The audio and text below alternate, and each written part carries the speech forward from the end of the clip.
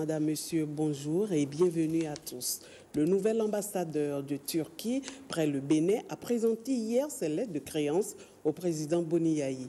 Une cérémonie qui a enregistré la présence d'une délégation d'entrepreneurs turcs dont 2 ont été faits commandeurs de l'Ordre national du Bénin. Compte rendu, Édouard Délébi. Consul général de la Turquie à Melbourne, en Australie, c'est la dernière fonction occupée par M. Aydin Nuran, le nouvel ambassadeur de la Turquie près le Bénin.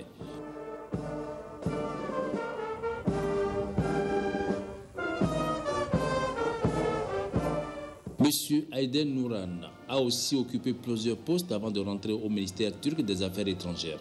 3e puis 2e secrétaire à l'ambassade de Turquie à Jeddah de 1980 à 1982, vice-consul puis consul à Deventer en Hollande de 1982 à 1985, consul à Stuttgart en Allemagne de 1987 à 1988, consul général adjoint à Chicago de 1994 à 1998, consul général à Nakhchivan en Azerbaïdjan de 1998 à 2000 et puis consul général à Bregenz en Autriche de 2004 à 2007. Il revient désormais donc à l'ambassadeur Aydin Nuran de consolider le partenariat que la Turquie et le Bénin ont désormais scellé. Un partenariat qui embrasse déjà plusieurs domaines. L'entretien entre le président Boni Yayi et l'ambassadeur de Turquie près le Bénin a été consacré aux nombreux projets que les deux pays sont en train d'élaborer. Permettez-moi d'abord de vous dire que j'aime beaucoup ce pays, un pays assez merveilleux. Un pays, une ville, la ville de Cotonou est une ville très bien tracée, une ville qui a de l'avenir. Et comme l'a dit tout à l'heure le responsable de MNG, l'une des sociétés avec lesquelles je suis ici, les Béninois sont beaux et les Béninoises sont belles, bien élancées, des gens de bon cœur, très accueillants. Ça, c'est les valeurs premières sur lesquelles je voudrais d'abord m'appesantir.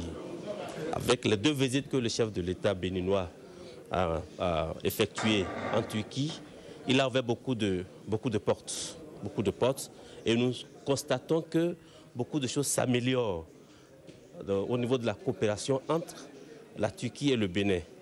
D'abord, on vient de parler de l'eau en large, de la construction du barrage hydroélectrique. On a parlé de beaucoup de capacités, 120 MW, 130 MW, 600 MW. De toute façon, tout cela sera finalisé parce qu'il y a déjà une visite du site qui est organisée pour tout à l'heure, et visite à laquelle prendra part le chef de l'État lui-même avec une délégation de la partie turque. On a parlé également de l'intérêt que porte l'industrie textile turque au Bénin, parce qu'au Bénin, on constate que vous produisez du coton. Bon, il faut vous dire qu'il y a beaucoup de projets qui sont déjà soit mis en chantier ou bien qui sont à l'étape de la réflexion. Il y aura un suivi pour ça, que mon cabinet va proprement s'occuper. Alors, on parle également donc de Turkish Airlines, la compagnie Turkish Airlines qui va commencer par desservir le Bénin d'ici à là. Et on pense également à une collaboration très serrée entre les universités béninoises et les universités turques. Même dans le domaine de la santé, il y a beaucoup de projets sur lesquels on est en train de réfléchir. Donc, je dois vous dire que beaucoup de portes sont ouvertes et que toutes ces portes-là s'articulent autour donc, des accords que nous avons signés lors de la dernière visite du chef de l'État, notamment la libéralisation donc, des échanges commerciaux entre les 2 pays et l'organisation de la journée turque qui aura lieu entre juin et juillet de cette année, c'est-à-dire en été. Une délégation d'entrepreneurs turcs est d'ailleurs au Bénin pour la mise en œuvre de certains des projets, notamment la construction d'un barrage hydroélectrique à Kétou. Parmi les membres de la délégation turque qui séjourne au Bénin figure le président de TUSKON, la Confédération turque des hommes d'affaires et des industriels, ainsi que le PDG du groupe MNJ, un groupe puissant qui intervient dans de nombreux domaines et qui est intéressé à la construction du barrage hydroélectrique de Kétou. TUSKON, le patronat turc, comprend plus de 40 000 membres. M. Rizamur Meral, le président de TUSKON, a été fait commandeur de l'Ordre national du Bénin, tout comme M. Mehmet Nazif Koumal, le PDG du groupe MNJ, qui rassemble plus de 20 entreprises. En décidant d'honorer ces entrepreneurs chevronnés, le Bénin a voulu dire qu'il compte sur leur dynamisme et leur pragmatisme. Suite aux réformes engagées dans différents secteurs d'activité économique, dans la perspective de l'adhésion à l'Union européenne, la Turquie a connu une croissance forte et stable. Le Bénin pourra bénéficier de cette économie vigoureuse, dynamique, ouverte et plurisectorielle avec le nouveau partenariat qui se noue entre les deux pays. Il faut dire que le président Boni Yayi était ensuite sur des sites à fort potentiel hydroélectrique. Le chef de l'État était accompagné du PDG de la compagnie MNG, leader turc en matière de construction de barrages hydroélectriques. La descente sur le terrain a permis de poser la première pierre pour la construction du barrage hydroélectrique d'Ogobis dans la commune de Kétou. Le ministre de l'Énergie, Barthélémy Kassa, nous fait ici le point de cette visite sur les sites à potentiel hydroélectrique. Nous l'écoutons. À l'occasion des nombreux plaidoyers qu'il mène en faveur de l'investissement dans le secteur de l'énergie, tout dernièrement, le chef de l'État s'est rendu en Turquie en vue d'obtenir l'engagement de la République de Turquie pour l'investissement dans le secteur de l'énergie. Dès notre retour, il a été annoncé effectivement l'obtention d'une ligne de crédit de près de 300 millions de dollars pour investir dans la réalisation des barrages hydroélectriques que nous avons déterminés comme étant le meilleur potentiel pour une énergie de qualité et à moindre coût. Moins de 3 semaines de cette annonce, donc de retour du président de la République, le gouvernement turc ainsi que l'Exim Bank de la Turquie ont voulu concrétiser leur engagement en envoyant auprès de son Excellence le président de la République le PDG de MNG Compagnie, qui est leader de la Turquie en matière de construction de barrages. Je pense que toute la journée d'aujourd'hui, toutes les activités du président de la République ont été consacrées plutôt essentiellement à l'examen des différents mécanismes de financement et de réalisation des barrages hydroélectriques. Dans ce cadre, le PDG de MNG Compagnie s'est rendu avec le président de la République sur le site de Dogobis où il s'est engagé à construire ce barrage de près de 130 mégawatts. 130 mégawatts pour lequel une hauteur d'eau sera stockée à un niveau de 97 mètres. Et à cette occasion, on a fait la pose de la première pierre de la construction de ce barrage. Le PDG s'est engagé à revenir avant la fin du mois d'avril pour faire en sorte que on connaisse le début des travaux de ce barrage-là, situé dans la commune de Kétou. Il a laissé sur place 3 de ses ingénieurs qui vont essayer de finaliser les études qui existaient déjà pour faire en sorte que le coût qui était déjà préalablement estimé soit dimensionné à sa vraie valeur, et d'ores et déjà, il estime que ce coût pourrait être réduit de 30%. En dehors de ce barrage pour lequel la pose de la première pierre a été effective, le PDG a voulu sillonner également d'autres sites à fort potentiel hydroélectrique, notamment le site de Vossa, dans la commune de Wessé, où un potentiel de 80 mégawatts est estimé. À ce niveau, c'est vrai que nous avons bu encore une lame d'eau qui est encore bien existante et nous estimons à ce niveau la cote de stockage à 200 mètres pour une surface inondée d'à peu près 122 km².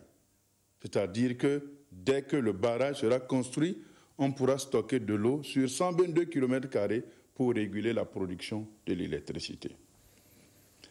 Cap a été mis enfin sur le fameux barrage d'Agarala, qui est situé sur le fleuve Mono, bien sûr du côté du Bénin, pour lequel nous estimons un potentiel de près de 150 mégawatts. Le PDG a été vraiment impressionné par le niveau de l'eau en ce moment où nous n'observons plus de pluviométrie, en ce moment de saison sèche où complètement l'eau est supposée être retirée. Ça suppose que le potentiel est bien existant et capable de tenir la production sur une longue durée pendant la saison sèche. C'est ça qui est très important. Au total, pour l'ensemble de ces barrages, le PDG s'engage à mobiliser près d'1,2 milliard de dollars investis dans le secteur de l'énergie. Il s'est par ailleurs préoccupé de la réalisation d'un second aéroport au Bénin. Et pour ça, les études disponibles vont lui être soumises pour qu'il se détermine réellement. Mais tous ces mécanismes de financement seront basés aussi bien sur le BOT que sur une garantie souveraine de l'État à taux préférentiel.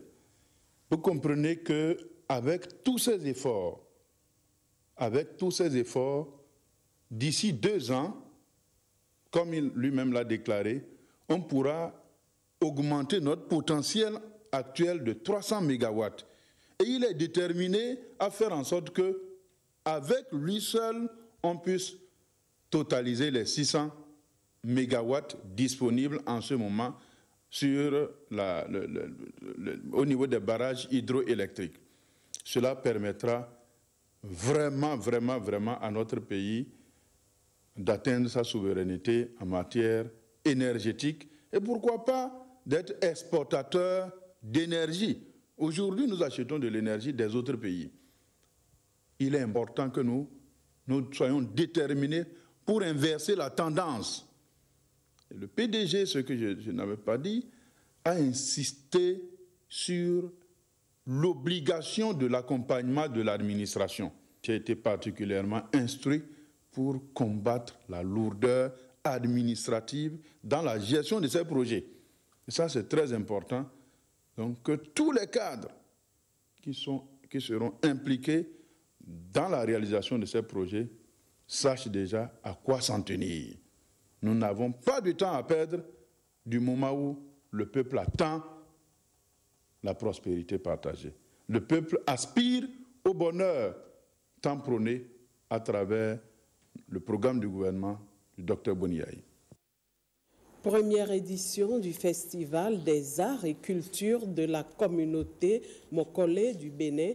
Elle a eu lieu à Kandi et a réuni tous les fils et filles de l'ère culturelle autour de Fatouma Amadou Djibril et quelques cadres politiques. Emerida Bensoton, reportage. Un creuset de retrouvailles, une grande fête identitaire avec les ressortissants Mokole de Kandi et Malanville. La première édition du Festival des arts et cultures des Mokole sonne la grande mobilisation. À l'origine, des jeunes qui souhaitent le développement de leur région. L'objectif poursuivi par cette rencontre est la recherche de l'union des filles et fils de cette communauté, et ceci à travers un cadre de concertation qui permettra de débattre des questions de développement et des questions affectant la vie de la jeunesse Mokole. Les Mokole appartiennent à l'ensemble des populations de culture Bariba du Borgou, anciens et comprenant les Mbatombou, les Bo, les Gando. Les Mokole occupent les villages au sud-est et au nord-est de Kandi. Une fois par an, toutes les différentes facettes de danse de cette ère culturelle vont être au rendez-vous. La danse qui retient toutes les attentions, c'est bien la danse du feu, exécutée uniquement par des initiés. Je suis particulièrement fier d'être ici aujourd'hui Parce que quoi de plus beau, quoi de plus joyeux, quoi de plus heureux que de voir tout ce que l'air culturel Angara Debout a fait ressortir ici comme identité. Tout ce qui rassemble doit être encouragé. Aujourd'hui, nous sommes en mesure de passer n'importe quel message. Le peuple mokolais s'identifie également par son art culinaire. Toute une variété de mets se déguste avec appétit. Une découverte pour les uns et un retour aux sources pour les autres. D'un festival à l'autre, le Festival des Arts et Cultures Idacha a été lancé officiellement par le ministre en charge de la culture. Un rendez-vous qui a permis aux fils et filles Idacha de prendre l'engagement pour le développement de leur localité par le truchement de la culture. Un moment convivial et festif qui a également permis aux uns et aux autres de comprendre la nécessité de l'union dans l'action. Témoin de l'événement, Martial Guidigan. La culture Idacha est en train de se perdre. Donc il faut que nous laissions quelque chose aux générations futures. C'est vrai, de plus en plus les jeunes ignorent beaucoup de leur culture. Mais la culture Idacha, elle ne disparaîtra pas. Le Festival des Arts et Cultures Idacha, lancé ce samedi pour sa 3e édition, en a pris l'engagement, car d'elle dépend le développement. Mais l'autre condition sera l'action dans la solidarité. Les tares et les insuffisances du passé sont terminées. Nous devons donc chercher à fonctionner ensemble. La culture Idacha, une culture très riche, dira le ministre Abimbola, qui a d'ailleurs lancé officiellement ce festival en insistant sur l'union des filles et fils Idacha. Comme les autres cultures nationales, la culture Idacha, nul n'est besoin de le dire, est très riche. Continuer à la faire connaître aux compatriotes des autres régions du pays, à toute l'Afrique et porter-la au monde entier.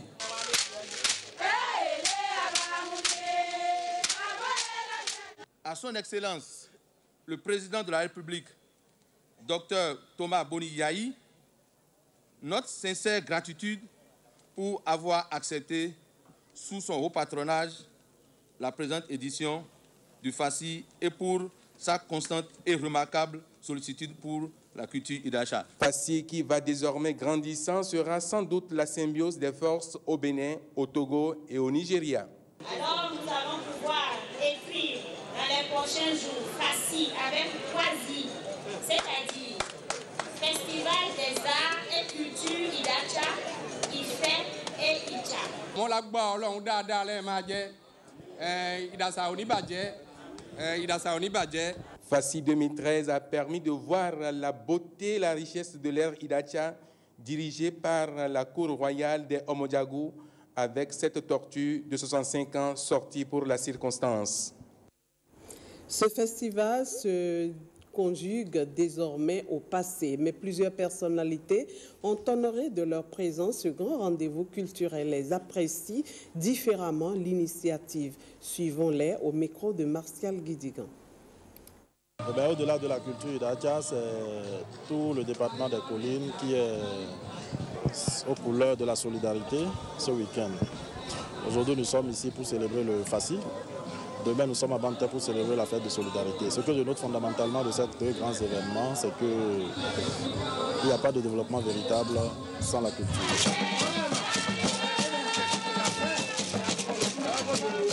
Et surtout, ce qui m'a impacté positivement, c'est qu'aujourd'hui, de plus en plus, on constate un métissage culturel. Il n'y a pas de patrimoine culturel à valoriser sans la langue. La langue doit être valorisée. L'alphabétisation doit être de mise pour le faire dans la cohésion sociale.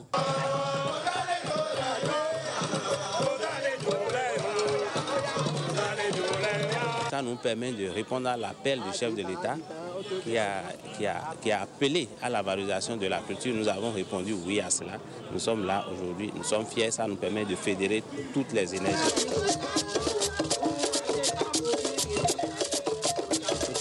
Il y a déjà de la valeur ajoutée parce que chacun qui vient ici non seulement est hébergé et paye quelque chose pour les opérateurs économiques de Dassa, mais part avec quelque chose nécessairement de Dassa. Il y a même une foire qui est organisée. Parmi ces touristes, il y a bien évidemment des gens qui ont la possibilité de pouvoir négocier des projets qui sont des projets porteurs d'espoir pour les populations de Dassa. Lorsque vous prenez un enfant n'importe comment, n'importe qui au hasard, et vous leur posez la question, une seule question, dans la même phrase, il y a des mots barrés, des mots yoruba, des mots français, des mots anglais.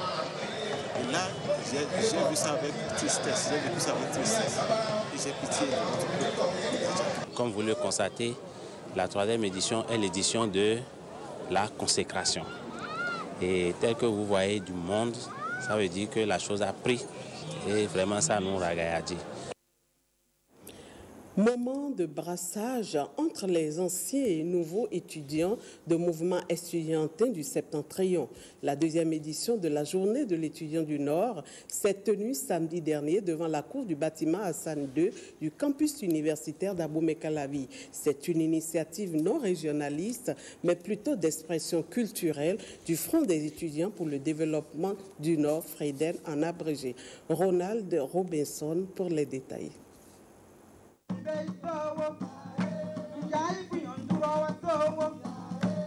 Au rythme des sonorités du Septentrion s'est déclinée cette 2e édition de la Journée de l'étudiant du Nord, avec au programme des communications sur la situation des jeunes, mais aussi un match de football et la lutte traditionnelle.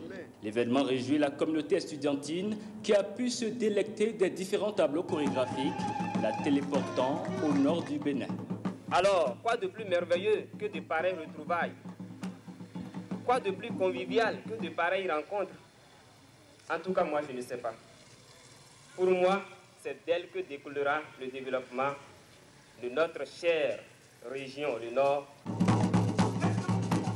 Ici est sublimée la seule chose dont les acculturés auraient bien honte. Le jour où vous allez laisser tomber votre culture, vous n'êtes plus un homme, vous allez devenir comme un ver de terre, c'est-à-dire sans squelette.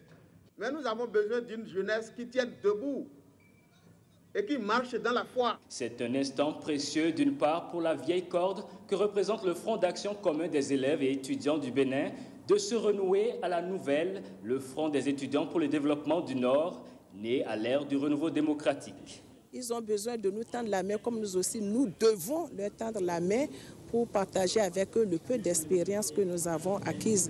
S'inquiétant du sort réservé à la jeunesse de son pays, le porte-parole des organisations estudiantines, Zulkifli Moussa, tout en exhortant ses camarades à plus de militantisme, interpelle les honorables parlementaires à surseoir au vote de la loi prolongeant l'âge de départ à la retraite. Loin d'être un mouvement régionaliste, le Front des étudiants pour le développement est une association régionale qui se bat depuis 1991 pour l'unité, la justice, le partage et l'entraide entre étudiants. L'auteur du recueil de poèmes Les encens sauvages n'a pas fini d'écrire. Justin Akomola Agbossou continue d'exprimer ses idées à travers la littérature. Il a lancé 2 nouveaux ouvrages à Banté dans le département des Collines. Il s'agit d'un recueil de poèmes intitulé Tic politique et Nono Adjakpa, conçu avec Amoussou Oura. Le lancement officiel a mobilisé les autorités communales de Banté. Le point avec Théophile Salamé. Le premier ouvrage intitulé Tic politique est l'expression de la peinture versifiée du monde politique. L'auteur tire cette expression des racines de sa qualité d'agent des collectivités locales.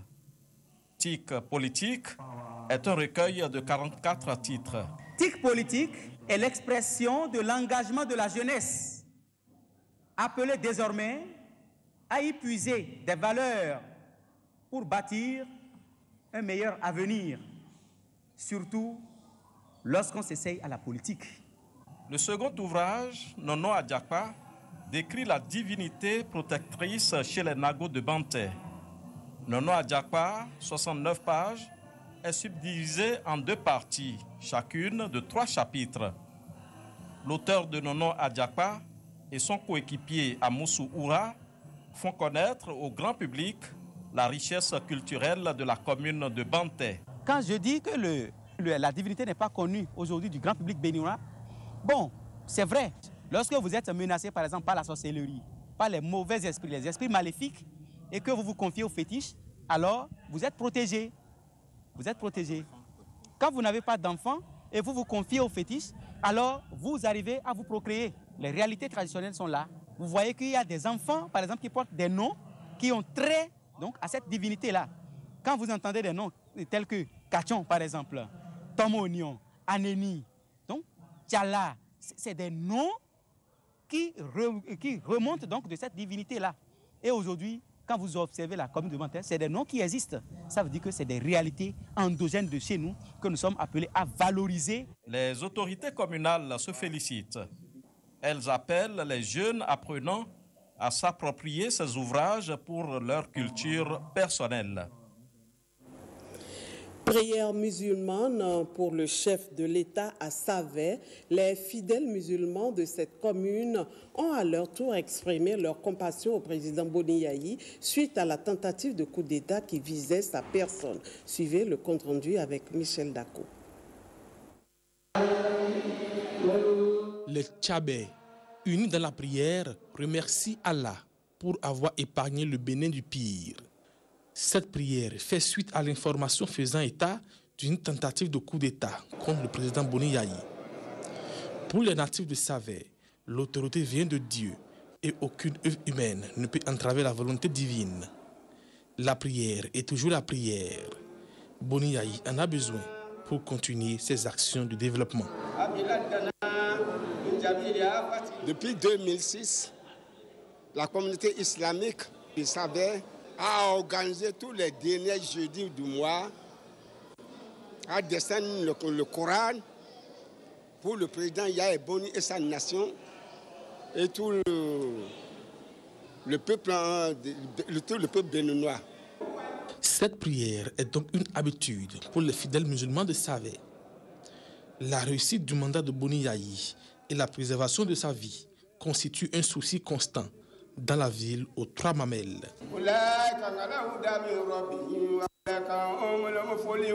Que Dieu le préserve la santé, lui et toute sa famille, lui et tous les membres de son gouvernement. Je crois que nous savons tous que toute autorité est établie par Dieu. Lui-même, le chef de l'État, a dit, le jour où il sera rappelé, c'est Dieu qui le rappelle. C'est parce qu'il est grand. Savet prie et réitère son soutien total au président de la République qui lutte au quotidien pour vaincre la pauvreté. Les fils et filles de Banté se sont retrouvés pour fêter la résurrection du Christ au cours d'une messe d'action de grâce. C'était dimanche dernier, dimanche de Pâques. Occasion également pour célébrer la 5e édition de leur fête de solidarité communautaire. Opportunité également pour prier pour le pays en général et particulièrement pour le chef de l'État. Commentaire Patrick Djossou. Banté, Église catholique Saint-Joseph, où on voit le père adoptif tenir son fils dont le sacrifice sauvera le monde. Un duo représenté ici et chanté par là, dans cette partition traditionnelle en duo qui exhorte à chanter Alléluia au Seigneur. Et Corin Alléluia, Folubala.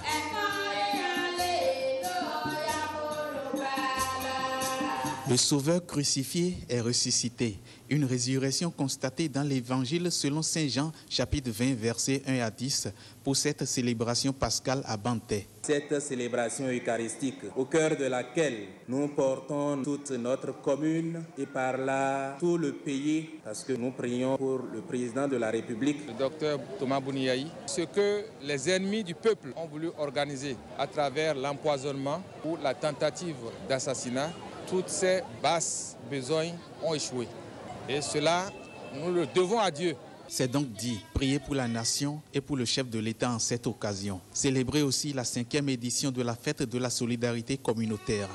Si nous sommes ensemble, nous serons solides comme un roc et nous pouvons braver toutes les difficultés. La solidarité, c'est se rassembler pour être solide, qui vient de solidus, compact. Et c'est là un appel que le Christ nous lance. Opportunité d'appel de fonds pour l'Église. L'honorable Grégoire Lauro, président d'honneur de la fête, ouvre le bal avec une promesse de 2 tonnes de ciment. Et le directeur général du Fonds national de microfinance, Komi Kouché, parrain de Banté 2013, offre une centaine de mille, ainsi que les autres personnalités telles le maire Innocent Akobi et le président du comité préparatoire Eladj Assiro Oke, pour montrer que, sans distinction de religion, on a pu collecter 665 570 francs et Banté a bandé ses énergies pour chanter en canon symphonique Gloire à Dieu dans les cieux au Gofaloron Loke.